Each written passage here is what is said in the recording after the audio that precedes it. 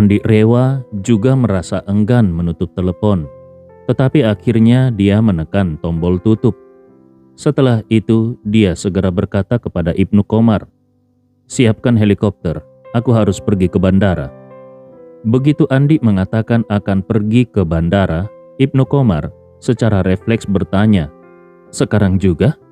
Andi Rewa langsung menjawab, "Kalau bukan sekarang, mau kapan lagi? Pesawatnya mungkin sudah lepas landas dan akan tiba di bandara dalam 20 menit. Kalau helikopter kita sedikit saja terlambat, mungkin malah pesawat Concorde itu yang lebih dulu sampai." Baru pada saat itu Ibnu Komar tersadar. Dia tersenyum canggung dan berkata, "Oh, benar. Aku lupa kalau Concorde itu terbangnya sangat cepat. Puang, tolong tunggu sebentar. Aku segera mengatur helikopter untuk lepas landas." Setelah berbicara, Ibnu Komar langsung mengambil radio komunikasi di mejanya dan berkata, "Tim helikopter, segera bersiap. Kita lepas landas dalam 5 menit menuju bandara." Tidak lama kemudian, Andi Rewa mendengar suara mesin helikopter menyala di atap gedung. Ibnu Komar buru-buru berkata, "Puang, kita bisa berangkat sekarang."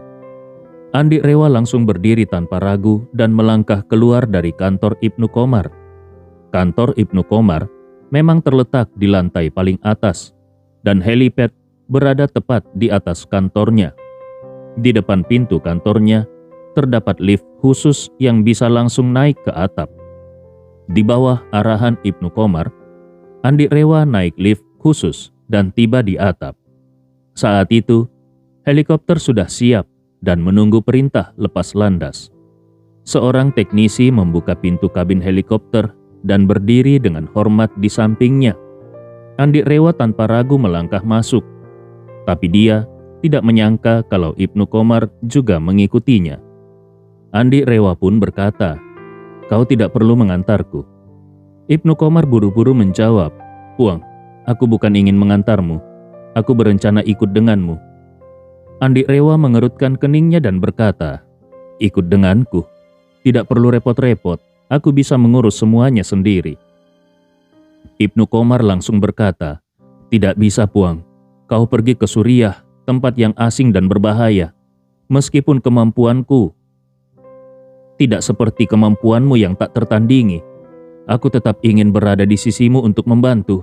Lagi pula, kalau Nyonya Najwa menelponmu, setidaknya aku bisa membantu menutupinya." Melihat ekspresi serius Ibnu Komar, Andi Rewa tidak lagi menolaknya dan berkata, "Baiklah, kalau begitu, ikutlah." Ibnu Komar sangat gembira dan segera duduk di sebelah Andi, lalu berkata kepada kru helikopter, "Segera lepas landas." Helikopter langsung naik dan melaju dengan cepat menuju Bandara Makassar. 20 menit kemudian, saat helikopter hampir tiba di bandara, Andi Rewa melihat ke atas dan melihat sebuah pesawat putih ramping dengan kecepatan tinggi melintasi langit. Berbeda dengan pesawat komersial biasa yang memiliki moncong membulat, pesawat itu memiliki hidung berbentuk kerucut yang sangat tajam. Sayapnya juga tidak berbentuk dua sayap terbuka seperti pesawat biasa, melainkan memiliki desain sayap segitiga yang menyatu ke belakang, sebuah desain aerodinamis yang jelas dibuat demi mengejar kecepatan maksimal. Di sampingnya, Ibnu Komar juga melihat pesawat itu dan berkata dengan penuh semangat, "Puang, lihatlah. Itu dia pesawat Concorde milik Tuan Alif Rewa. Sepertinya pesawat itu akan tiba lebih dulu dari kita." Kecepatan Concorde saat memasuki area bandara hampir 400 km per jam, jauh lebih cepat dari helikopter. Dalam sekejap mata, pesawat itu sudah meninggalkan helikopter jauh di belakang. Andi Rewa melihat pesawat berteknologi tinggi itu dan tidak bisa menahan diri untuk kagum di dalam hati. Sulit dipercaya bahwa pesawat secanggih ini sebenarnya adalah produk dari puluhan tahun yang lalu. Yang lebih membuatnya kagum adalah kekuatan modal yang luar biasa. Pesawat seperti ini memiliki biaya produksi dengan modal yang sangat tinggi, belum lagi biaya modifikasi dan perawatannya yang bahkan lebih mahal lagi. Mengoperasikannya bisa menghabiskan uang lebih cepat daripada membakarnya. Kalau bukan keluarga dengan aset triliunan, tidak mungkin ada yang sanggup membiayai pesawat semahal ini. Beberapa menit kemudian, helikopter yang ditumpangi Andi juga tiba di bandara. Di ujung landasan, tampak pesawat Concorde yang baru saja mereka lihat sebelumnya. Saat ini, pilot berbicara, "Tuan Andi, Tuan Ibnu Komar, pihak bandara sudah mengkonfirmasi bahwa pesawat Concorde sudah siap lepas landas. Kita bisa langsung mendarat di dekatnya dan segera naik untuk terbang." Andi Rewa mengangguk. Baik. Dia semakin menyadari bahwa kesuksesan keluarga besar bukan hanya karena usaha individu, tetapi juga karena sistem pendukung yang luar biasa. Orang biasa yang ingin pergi ke Suriah dengan rute penerbangan normal akan membutuhkan setidaknya 24 jam sejak naik pesawat. Namun dengan sistem yang telah tersedia ini, waktu perjalanan bisa dipersingkat menjadi hanya 6 jam. Selisih 18 jam mungkin terdengar tidak terlalu signifikan dalam kondisi biasa. Hanya seperti perbedaan antara naik pesawat dan naik kereta api biasa. Tetapi dalam situasi yang sangat mendesak, perbedaan ini bisa menentukan hidup dan mati. Saat helikopter mulai turun, tiba-tiba Andi Rewa menerima panggilan telepon dari Profesor Halim. Begitu panggilan tersambung, suara Profesor Halim yang panik terdengar di ujung sana. "Andi, Bella berada dalam masalah besar." Andi Rewa segera bertanya, "Paman, tolong jangan panik dulu, tolong ceritakan perlahan. Apa yang terjadi dengan Bella?" Profesor Halim langsung berkata, "Aku baru saja menerima kabar dari teman-teman di sana. Operasi militer pemerintah hari ini gagal total. Pasukan mereka disergap oleh pihak oposisi. Lebih dari 1.000 tentara tewas atau terluka dan hampir 100 orang ditangkap. Di antara para tawanan itu, ada Bella dan 7 pemuda Amerika lainnya." Andi Rewa terkejut dan langsung bertanya, "Apa? Apakah informasi ini sudah dipastikan?" Profesor Halim menjawab dengan suara penuh kegelisahan, "Sudah dikonfirmasi. Saat ini, pemerintah sedang merencanakan serangan balasan. Tetapi, pihak oposisi sudah mengeluarkan pernyataan kepada mereka dan Kedutaan Besar Amerika. Mereka menuntut uang tebusan sebesar 80 juta dolar. Kalau tidak, mereka akan mengeksekusi Bella dan 7 orang lainnya." Andi Rewa segera bertanya, "Lalu, bagaimana respon kedutaan?"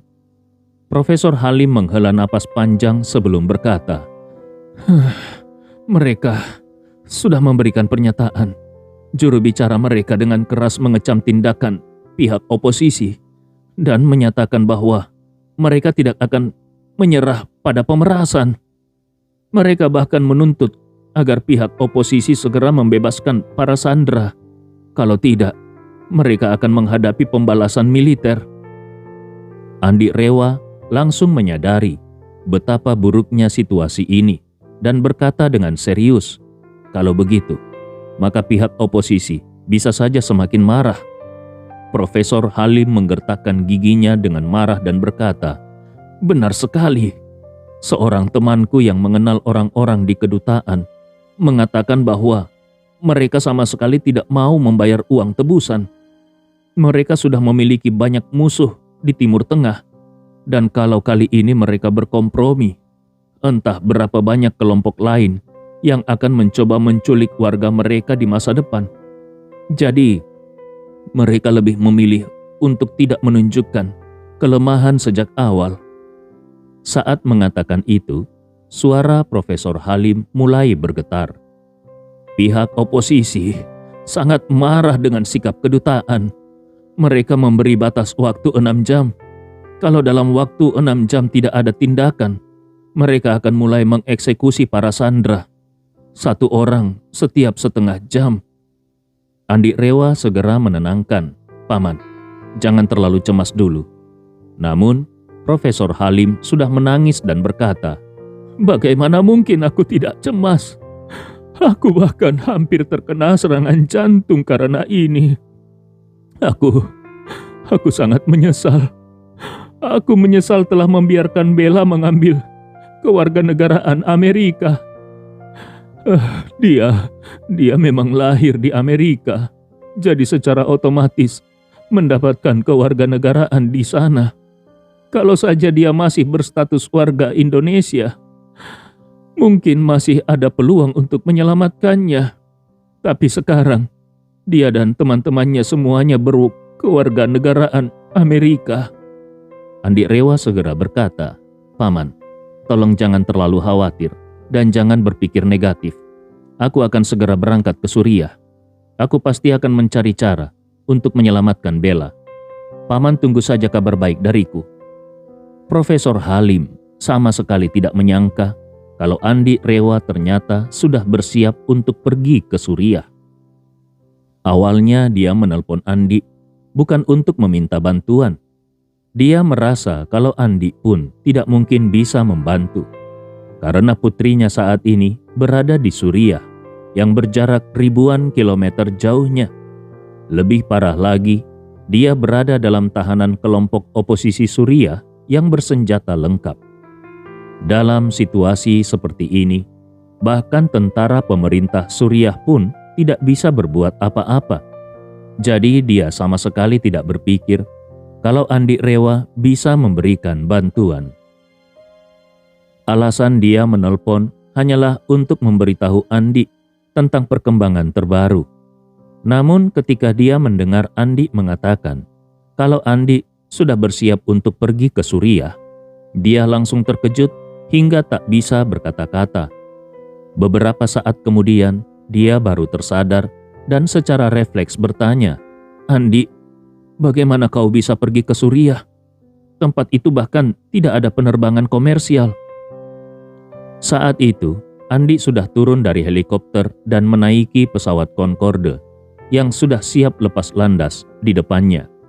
Sambil menaiki tangga pesawat, dia menjawab melalui telepon, "Aku sudah mengatur penerbangan lewat keluarga Rewa. Aku akan terbang ke ibu kota Libanon, Beirut, lalu masuk ke Suriah dari sana."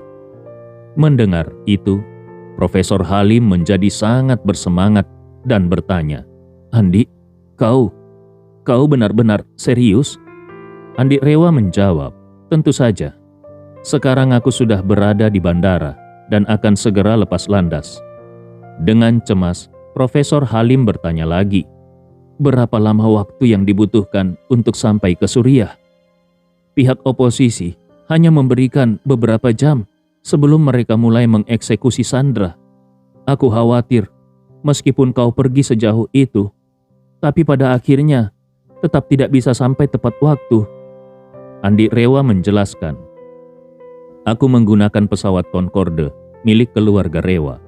Waktu tempuh ke Beirut hanya sekitar 4 jam lebih sedikit. Selain itu, aku juga sudah mengatur sumber daya dan koneksi di sana.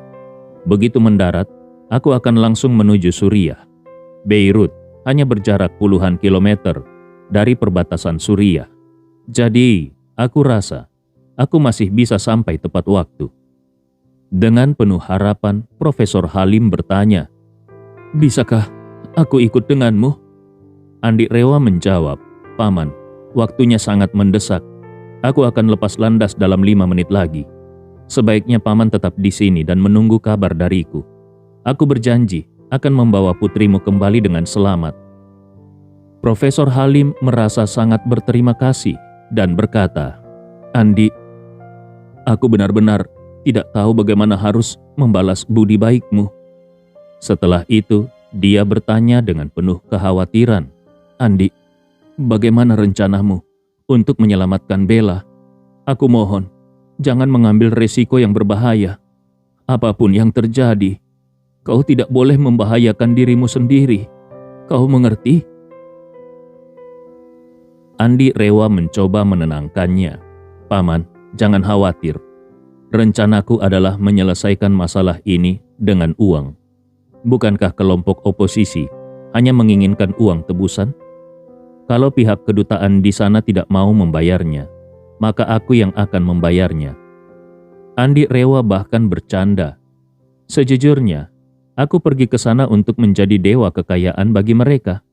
Seburuk apapun mereka, seharusnya mereka tidak akan menolak seseorang yang datang membawa uang, bukan? Sebenarnya, Andi Rewa hanya ingin menenangkan Profesor Halim agar dia tidak terlalu khawatir. Membayar uang tebusan bukanlah gaya Andi. Dia tahu bahwa orang-orang seperti ini adalah penjahat yang sama sekali tidak bisa dipercaya. Biasanya para bandit kejam seperti mereka hanya akan tergiur oleh uang dan tidak memegang janji. Kalau dia benar-benar membawa puluhan juta dolar untuk menebus Sandra, bukan hanya mereka tidak akan membebaskan Sandra, tetapi mereka mungkin juga akan menculiknya sebagai ikan besar untuk mendapatkan lebih banyak uang. Oleh karena itu, kali ini Andi Rewa sudah memutuskan untuk menyelesaikan masalah ini dengan kekuatan. Profesor Halim tidak mengetahui rencana sebenarnya dari Andi. Saat dia mendengar kalau Andi berencana untuk menyelesaikan masalah dengan uang, hatinya sedikit lega. Awalnya, dia berharap Kedutaan Besar Amerika akan bersedia membayar uang tebusan untuk membebaskan para sandera. Tetapi, sikap kedutaan sangat keras dan sama sekali tidak memberikan ruang untuk negosiasi dengan pihak oposisi. Sekarang, karena Andi bersedia menggantikan kedutaan untuk membayar uang tebusan, dia berpikir bahwa begitu tuntutan utama pihak oposisi terpenuhi, mereka pasti akan menepati janji mereka. Maka dengan penuh rasa syukur, dia berkata kepada Andi, "Andi, aku serahkan semuanya kepadamu."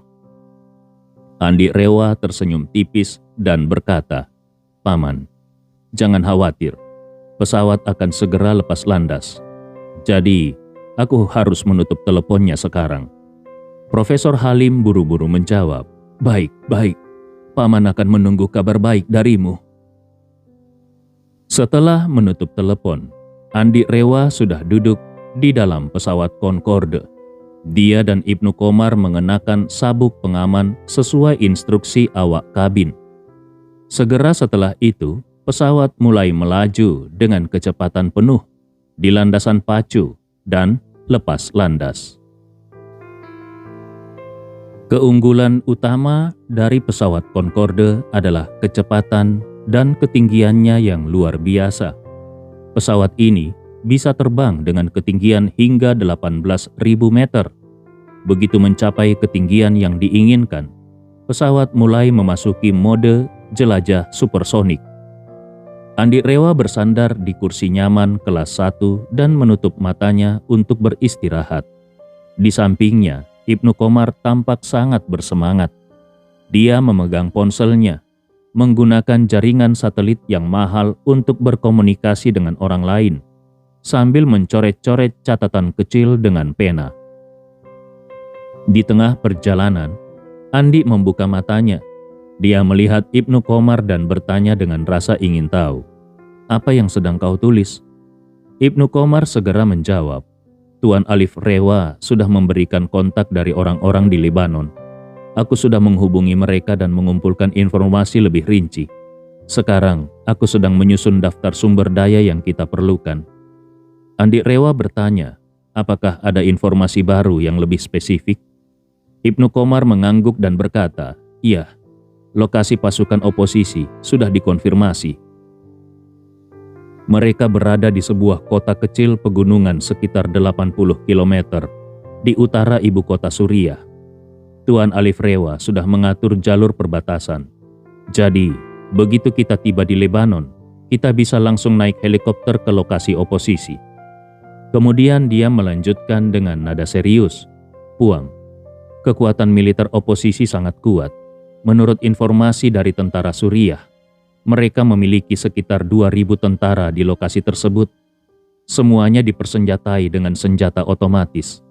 Selain itu, mereka juga memiliki belasan tank lapis baja dan 4 helikopter tempur.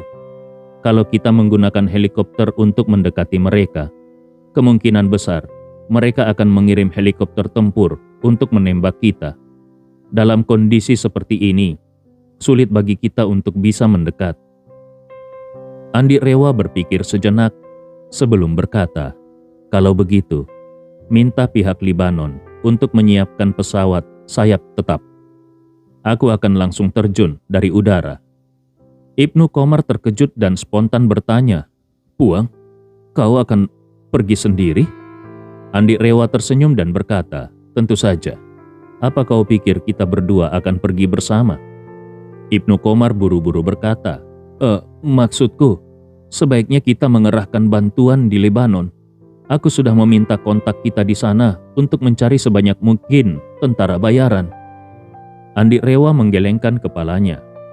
Oposisi memiliki 2.000 tentara lengkap dengan persenjataan berat. Itu setara dengan kekuatan satu resimen. Dalam kondisi seperti ini, mengerahkan tentara bayaran tidak akan banyak berguna. Kalau kita ingin menang, kita membutuhkan setidaknya 1.000 tentara bayaran dengan peralatan tempur lengkap. Selain itu, mereka sudah menetap di kota kecil itu cukup lama, yang berarti mereka memiliki dukungan kuat dari penduduk setempat. Kalau pertempuran besar pecah, bisa jadi mereka akan mendapatkan tambahan ribuan milisi bersenjata. Aku yakin, itulah alasan kenapa tentara pemerintah Suriah gagal. Mereka meremehkan kekuatan militer dan daya tempur oposisi. Lagi pula, jangan lupa bahwa tujuan kita kali ini adalah menyelamatkan Sandra, bukan membantu tentara pemerintah untuk membasmi oposisi. Kalau kita membawa ribuan tentara bayaran dan menyerbu masuk, mereka mungkin akan memilih mati bersama dengan membunuh semua Sandra. Kalau itu terjadi, meskipun kita berhasil memusnahkan mereka, itu tidak ada gunanya, bukan? Mendengar ini, Ibnu Qomar tidak bisa menahan diri untuk bertanya, Puang, kalau kau menyusup sendiri, bukankah itu jauh lebih berbahaya? Dan bahkan kalaupun kau bisa menyelinap masuk, bagaimana kau akan menyelamatkan para Sandra? Mendengar pertanyaan Ibnu Qomar, Andi Rewa tersenyum pahit dan berkata jujur, sejujurnya, aku juga tidak tahu bagaimana cara menyelamatkan mereka. Ibnu Qomar bertanya dengan cemas, kalau begitu, seberapa besar keyakinanmu kali ini? Andi Rewa menjawab dengan serius, aku belum pernah ke Suriah dan tidak tahu seberapa kuat kemampuan individu pasukan oposisi serta tingkat pertahanan mereka. Namun, dari informasi yang baru saja kau sampaikan, kekuatan mereka di atas kertas cukup mengerikan. Sekalipun aku punya banyak kelebihan, aku tidak mungkin melawan ribuan tentara bersenjata secara langsung. Jadi, satu-satunya cara adalah menyusup diam-diam. Sambil menghela napas, Andi Rewa melanjutkan, kalau aku beruntung, mungkin aku bisa menyusup masuk. Tapi kalau tidak, bahkan mendekat saja, mungkin mustahil. Ibnu Qomar semakin khawatir dan berkata, Puang, kalau kau menyusup seorang diri dan sampai ketahuan, bukankah nyawamu akan berada dalam bahaya? Andi Rewa melambaikan tangannya dan berkata, aku bisa melindungi diri sendiri. Itu bukan masalah. Tapi, soal apakah aku bisa menyelamatkan mereka atau tidak, itu masih belum pasti. Ibnu Qomar kembali bertanya, Puang, kau bilang ingin melakukan terjun payung dari pesawat? Apakah kau pernah melakukan terjun payung sebelumnya? Andi Rewa menggelengkan kepalanya dan berkata, belum. Bertahun-tahun aku hidup susah, bahkan untuk makan saja sulit. Bagaimana aku bisa punya kesempatan untuk mencoba terjun payung? Ekspresi Ibnu Qomar semakin tegang. Puang, kalau kau belum pernah terjun payung, bukankah ini akan semakin berbahaya?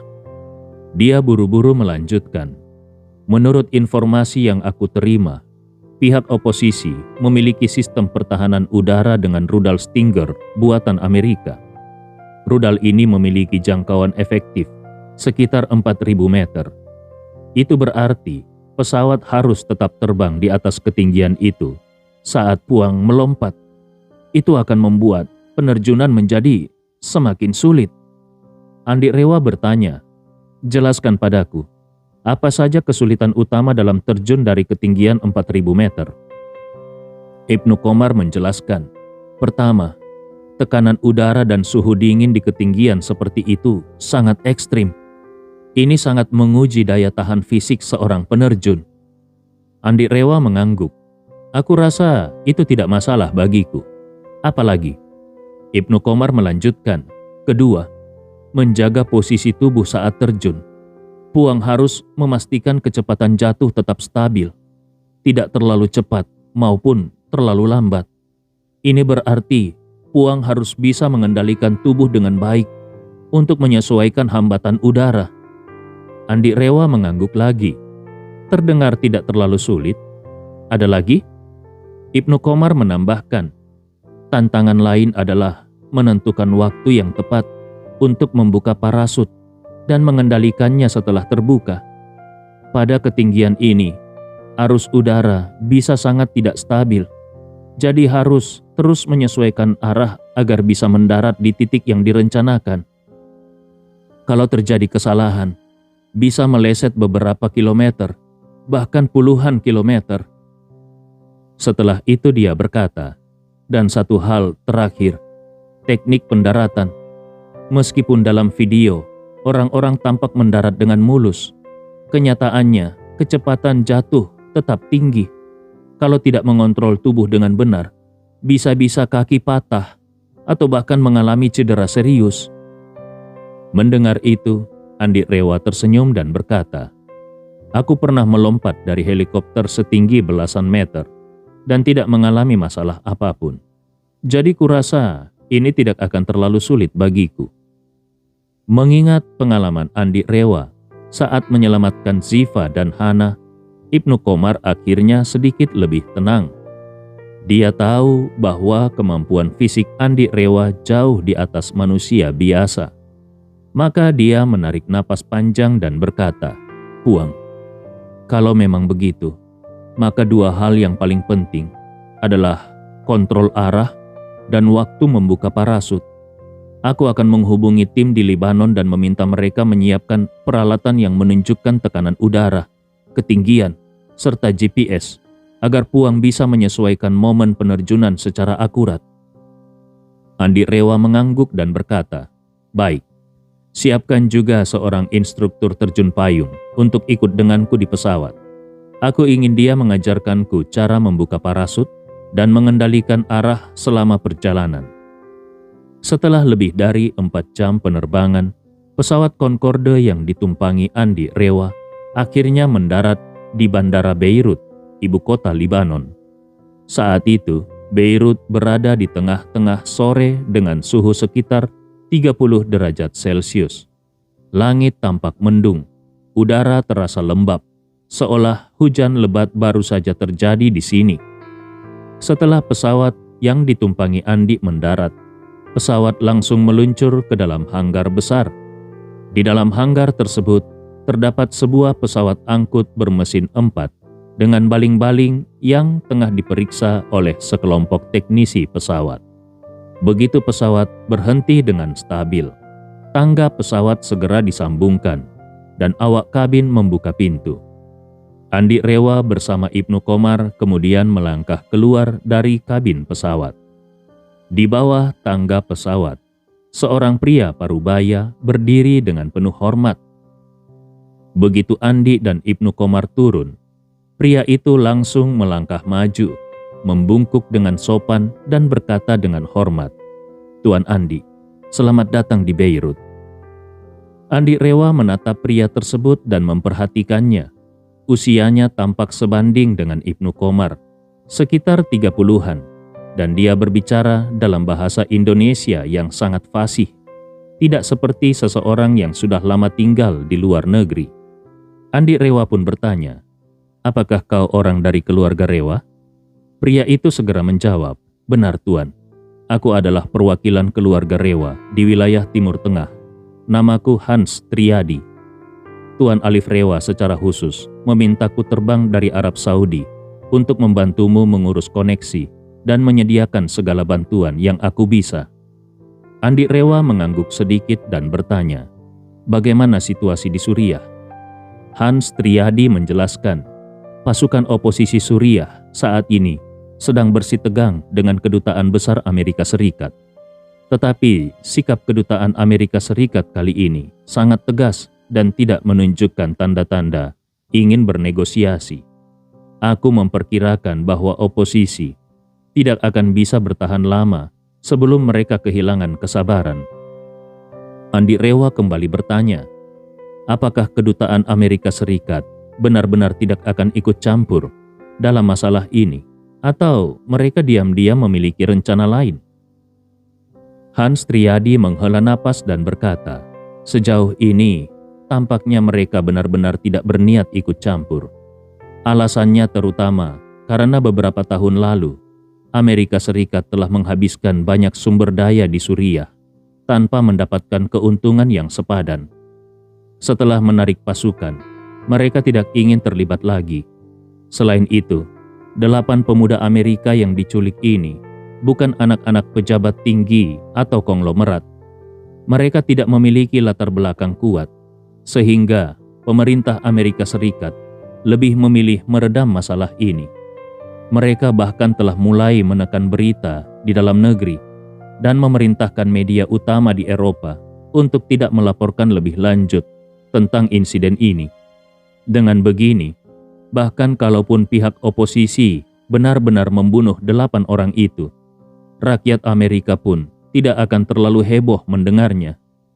Hans Triadi kemudian menambahkan dengan nada serius, selain itu, situasi di Suriah saat ini sangat kacau.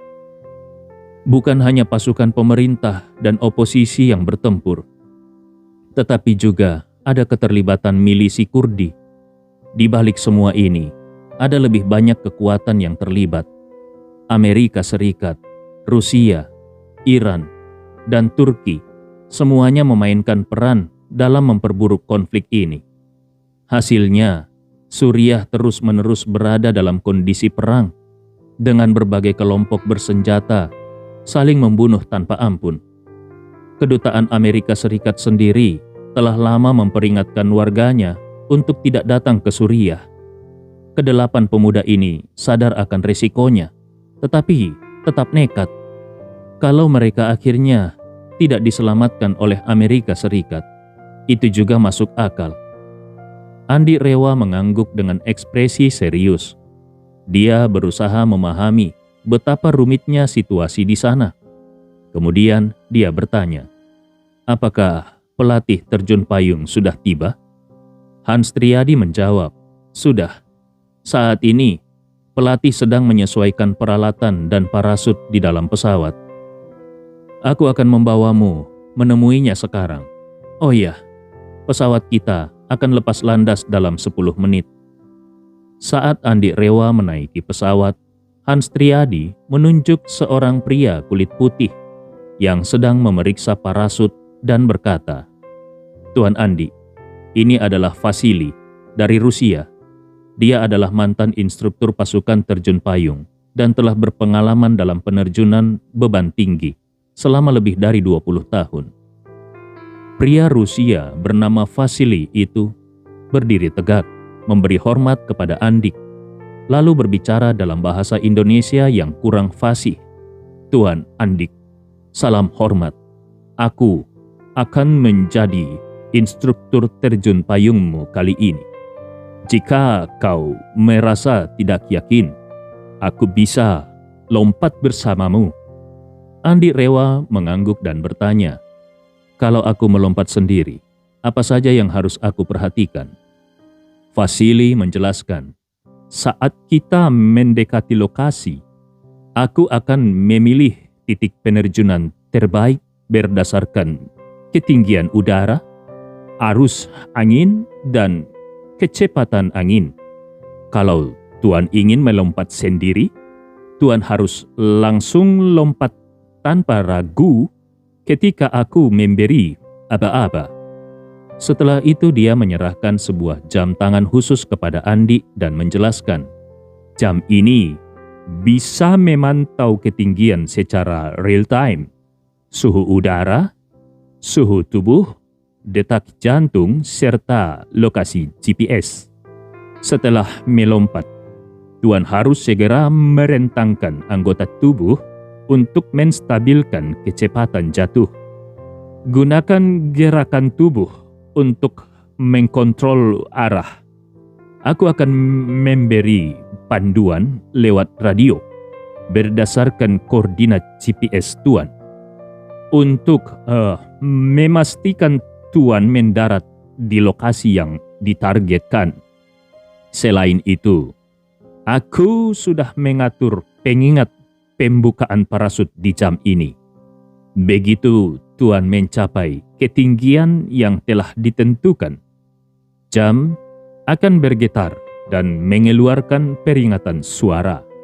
Saat itu, Tuan cukup menarik tali utama pada parasut untuk membukanya. Andi Rewa menerima jam tangan itu dan mengenakannya di pergelangan tangannya. Vasili kemudian mengambil parasut yang sudah disiapkan dan menunjuk sebuah tuas di bagian bawahnya, lalu menjelaskan, ini adalah tali utama untuk membuka parasut. Tuan harus menariknya dalam waktu 20 detik setelah mencapai ketinggian yang ditentukan. Kalau tidak, nyawa Tuan bisa terancam. Setelah itu dia menunjuk sebuah sakelar di sisi kanan parasut dan berkata, ini adalah tuas pelepas parasut utama. Kalau parasut utama gagal terbuka atau terjadi kusut saat mengembang, Tuan harus segera melepaskannya dengan menarik tuas ini. Setelah itu, Tuan bisa menggunakan sakelar di sisi kiri untuk membuka parasut cadangan. But remember, segera buka parasut cadangan setelah melepas parasut utama. Andi Rewa mengangguk dan berkata, baik, aku mengerti maksudmu. Tarik parasut utama dulu. Kalau ada masalah, lepaskan lalu buka parasut cadangan. Vasili menjawab dengan serius, tepat sekali. Kalau Tuan ingin melompat sendiri tanpa aku akan memantau kondisi Tuan secara real time dan memberikan instruction untuk setiap langkahnya. Andi Rewa tersenyum tipis dan berkata, baik, aku belum pernah terjun payung sebelumnya, jadi bimbinganmu akan sangat membantu. Vasili mengangguk, lalu dia menepuk dadanya dan berkata, Tuan Andi, jangan khawatir. Aku akan memberikan semua panduan yang Tuan butuhkan.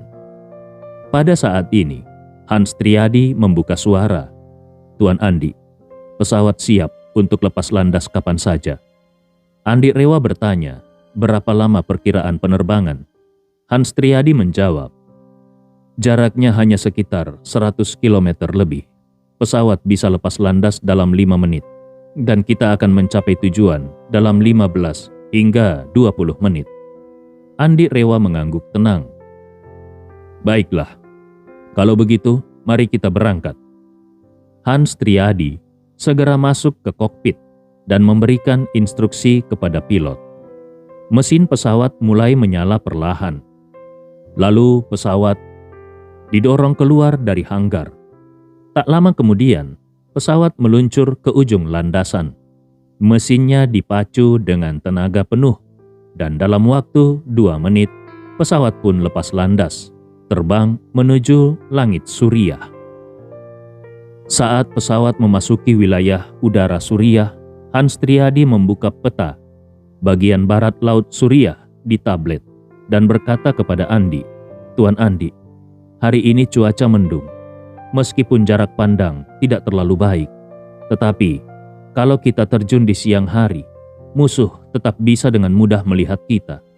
Oleh karena itu, titik pendaratan yang telah kita rencanakan ada di sini. Dia menunjuk sebuah titik di layar dan menggambar lingkaran merah di sekelilingnya. Kemudian dia menggambar panah ke arah sebuah lembah. Dan ini adalah tujuan Tuan. Jarak dari titik pendaratan ke tujuan kira-kira 5 kilometer. Setelah mendarat, Tuan bisa berjalan kaki ke sana. Ini akan lebih aman. Andi Rewa melambaikan tangannya. Ini daerah pegunungan. 5 kilometer dalam garis lurus berarti harus melewati 2 puncak gunung. Itu bisa memakan waktu lama. Ada cara yang lebih baik? Hans Triadi terdiam lalu menoleh ke arah Vasili. Vasili tampak ragu, kemudian berkata, Tuan Andi, kalau Tuan mendarat terlalu dekat dengan musuh, mereka bisa saja langsung melihat Tuan sebelum Tuan menyentuh tanah. Ini adalah langkah pengamanan.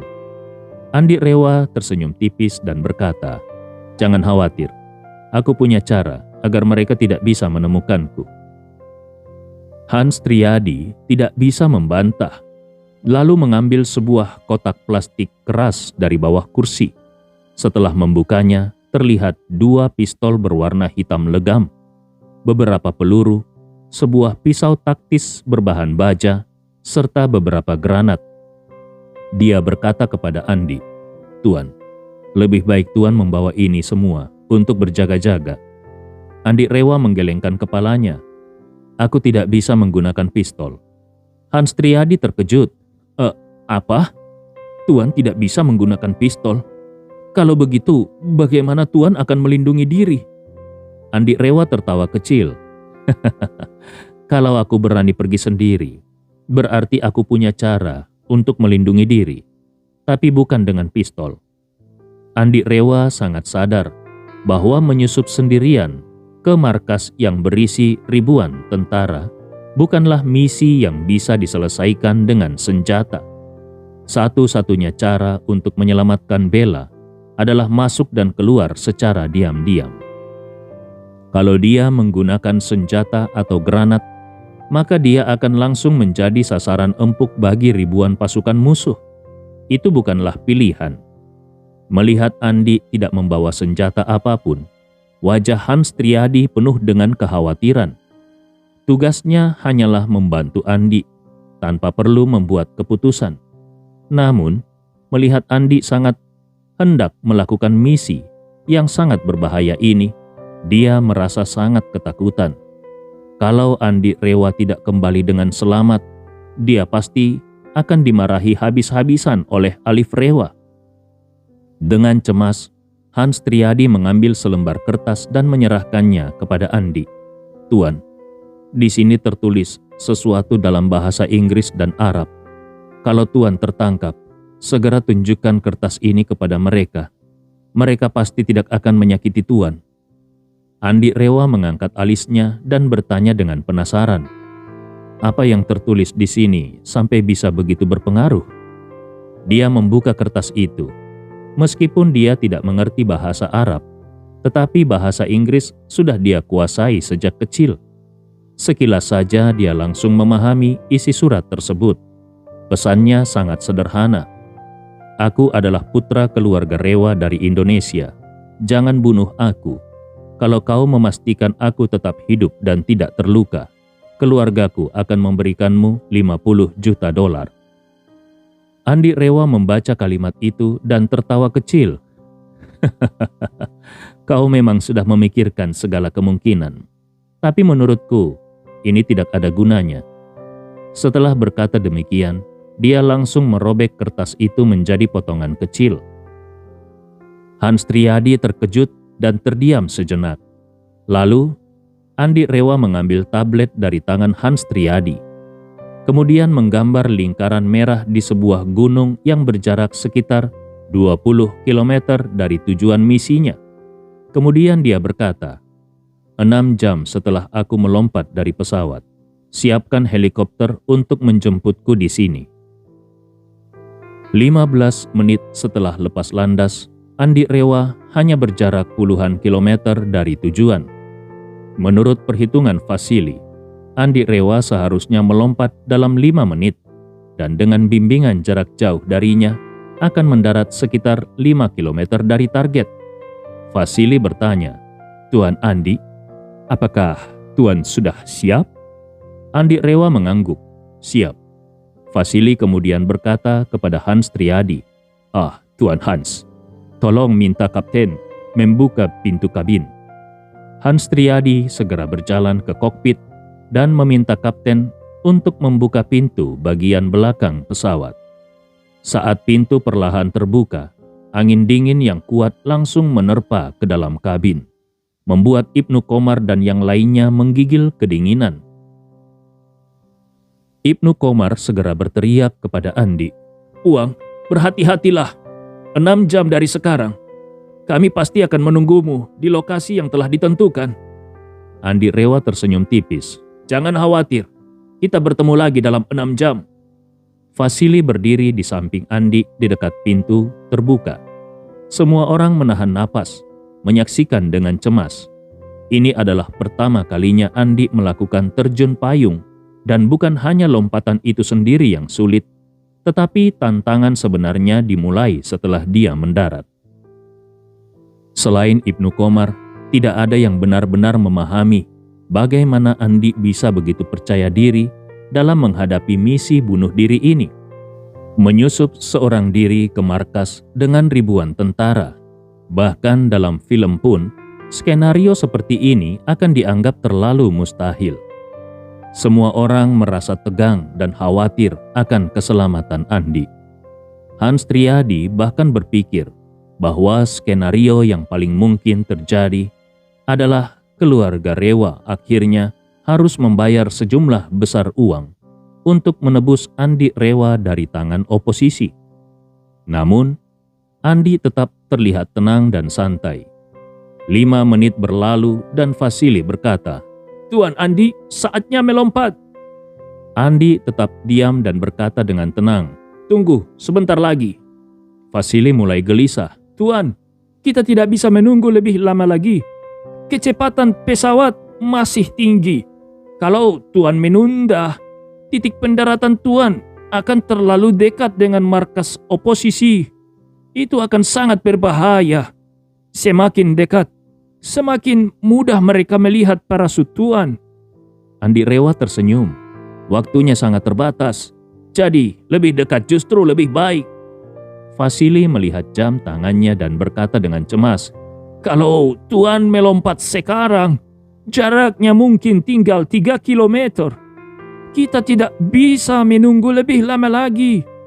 Hans Triadi juga berkata dengan panik, Kalau Tuan menunggu lebih lama lagi, Tuan bisa saja melompat tepat di atas kepala mereka. Andi Rewa menatap Vasili dan bertanya, Kalau aku ingin mendarat hanya 1 kilometer dari mereka, kapan waktu terbaik untuk melompat? Vasili menelan ludahnya dan dengan susah payah menjawab, Kalau Tuan ingin mendarat dalam jarak 1 kilometer dari mereka, maka Tuan harus menunggu 30 detik lagi. Andi Rewa mengangguk. Baik, hitung mundur untukku. Aku akan melompat tepat dalam 30 detik. Vasili menghapus keringat dinginnya dan berkata terbata-bata, Itu terlalu berbahaya. Andi Rewa tersenyum. Jangan khawatir. Bukankah aku masih punya surat penyerahan diri? Kalau terjadi sesuatu, aku tinggal menyerah saja. Anggap saja aku membayar untuk menikmati pengalaman olahraga ekstrim. Hans Triadi hanya bisa menghela nafas dalam hati. Bukankah dia sudah merobek surat tadi? Ini adalah pertama kalinya dia bertemu dengan Andi Rewa dan melihat bagaimana karakternya. Menurutnya, Andi Rewa benar-benar seorang anak konglomerat yang belum pernah dia temui sebelumnya. Dia pernah melihat banyak anak miliarder yang menghamburkan uang untuk bersenang-senang dengan wanita di seluruh dunia. Tetapi dia belum pernah melihat seseorang seperti Andi, seorang miliarder yang rela mengeluarkan uang untuk mempertaruhkan nyawanya. Vasili terus memperhatikan stopwatch di tangannya. Saat hitungan mundur mencapai 10 detik, dia mulai menghitung dengan suara keras. 10, 9, 8. Saat ini, pintu kabin telah terbuka sepenuhnya dan di luar hanya terlihat lapisan awan tebal. Awan tebal tidak hanya menghalangi sinar matahari, tetapi juga membuat udara menjadi sangat lembab. Bagi Andi, ini adalah sebuah keuntungan. Kalau hari ini langit benar-benar cerah tanpa awan, maka hampir tidak mungkin baginya untuk terjun payung di siang hari. Inilah alasan kenapa dia yakin bisa melompat lebih dekat ke markas lawan. Saat Vasili menghitung mundur hingga 3 detik terakhir, Andi Rewa melangkah maju ke tepi pintu kabin. Vasili semakin tegang dan berteriak, 3, 2, 1, lompat! Andi Rewa menoleh ke belakang dan berkata kepada semua orang, Sampai jumpa dalam 6 jam. Selesai berbicara, dia langsung melompat keluar tanpa ragu-ragu, menerobos ke dalam lapisan awan tebal. Begitu keluar dari kabin, Andi Rewa langsung merasakan dingin yang menusuk tulang. Pada ketinggian lebih dari 5.000 meter, suhu udara 30 derajat lebih rendah dibandingkan permukaan tanah. Saat ini suhu di permukaan sekitar 15 derajat Celcius, yang berarti suhu di sekelilingnya hanya sekitar minus 15 derajat. Namun, ini bukan masalah besar baginya. Fokusnya sepenuhnya tertuju pada penjaga. Bagaimana menjaga kestabilan tubuh? Sebab kestabilan tubuh adalah hal yang penting agar tidak kehilangan kendali selama jatuh bebas dengan kecepatan tinggi.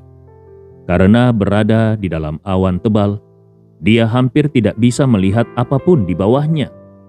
Untungnya, suara Vasili terdengar jelas di headsetnya. Tuan Andi, kecepatan dan arah penurunan Tuan sudah stabil, sekitar 30 meter per detik. Tolong pertahankan kondisi ini. Diperkirakan dalam 1,5 menit, Tuan akan mencapai ketinggian aman untuk membuka parasut. Andi Rewa berteriak, Baik, aku mengerti. 10 detik kemudian, tubuh Andi akhirnya menembus lapisan awan. Di bawahnya, butiran-butiran hujan mulai terbentuk, tanda bahwa hujan akan segera turun. Andi Rewa bisa melihat bahwa hampir seluruh area di bawahnya dipenuhi dengan pegunungan yang membentang tanpa akhir. Landscape Timur Tengah tidak memiliki keindahan pemandangan yang menarik, hanya warna coklat tandus sejauh mata memandang. Beberapa puncak gunung yang lebih tinggi bahkan masih tertutup salju karena berada di dataran tinggi. Di kejauhan, Andi Rewa bisa melihat sebuah desa kecil yang terletak di lembah. Meskipun masih cukup jauh, dia bisa mengenali bahwa hampir semua rumah di desa itu adalah bangunan tanah yang rendah, mencerminkan tingkat kemiskinan yang luar biasa. Semakin dekat, dia bisa melihat bahwa desa itu diapit oleh 2 gunung di sisi timur dan barat, dengan hanya 2 jalan masuk dan keluar di utara dan selatan. Di kedua pintu masuk itu, terdapat kendaraan lapis baja dan parit pertahanan yang dibuat oleh oposisi bersenjata. Jelas, mereka telah memperkuat pertahanan di titik-titik ini. Di tengah desa, ada sebuah alun-alun bundar yang cukup besar, dengan 4 helikopter tempur yang diparkir di sana. Selain itu, di puncak gunung di kedua sisi desa, terlihat benteng pertahanan dan menara pengawas buatan manusia, dengan beberapa prajurit yang mondar-mandir. Andi Rewa dengan cepat menganalisis situasi di kepalanya. Dia sendirian, yang berarti dia harus menyusup secara diam-diam ke dalam wilayah musuh. Dengan demikian, 2 pintu masuk di utara dan selatan jelas bukan pilihan yang bijak. Satu-satunya titik masuk yang layak adalah dari pegunungan di sisi timur atau barat. Bagi oposisi yang berkemah di sini, mereka tahu bahwa tentara pemerintah tidak memiliki kapasitas untuk melakukan serangan udara besar-besaran. Kalau pasukan pemerintah ingin menyerang, satu-satunya cara adalah melalui jalur darat. Karena pegunungan di sisi timur dan barat tidak memiliki jalan, menyusup dari sana akan sangat sulit, terutama untuk kendaraan berat dan pasukan dalam jumlah besar. Oleh karena itu, oposisi hanya menempatkan sedikit tentara di sisi timur dan barat dengan persenjataan terbatas seperti senapan mesin berat dan beberapa rudal Stinger. Dari sini, Andi Rewa merasa cukup yakin bahwa dia bisa menyusup tanpa terdeteksi. Bahkan kalau dia ditemukan, tidak akan terlalu berbahaya karena senapan mesin berat memiliki jangkauan terbatas. Pelurunya mungkin mengikuti lintasan parabola yang membuatnya sulit untuk mencapai target tinggi di udara. Adapun rudal Stinger, meskipun sangat kuat, rudal ini hanya bisa mengunci target pesawat, bukan individu yang terjun payung seperti Andi Rewa. Jadi bagi Andi, rudal-rudal itu sama sekali tidak berguna. Di headset, Vasili memberi peringatan. Tuan Andi, dalam 10 detik kau harus membuka parasut. Andi Rewa melirik datanya di jam tangan. Kalau dia membuka parasut dalam 10 detik, dia akan melakukannya pada ketinggian sekitar 500 meter. Namun, untuk lebih berhati-hati, dia memilih untuk mendarat di lereng timur setengah gunung, sehingga dia bisa menghindari pos pertahanan di puncak gunung. Dia pun berkata, "Aku akan membuka parasut di ketinggian 200 meter. Vasili berseru kaget. 200 meter? Membuka parasut di ketinggian serendah itu? Bukan hanya Tuan akan jatuh tepat di bawah hidung pasukan musuh di puncak gunung, tetapi juga kecepatan penurunan Tuan tidak akan memiliki cukup waktu untuk melambat. Itu seperti melompat dari lantai 7 atau 8 tanpa perlindungan. Sangat berbahaya."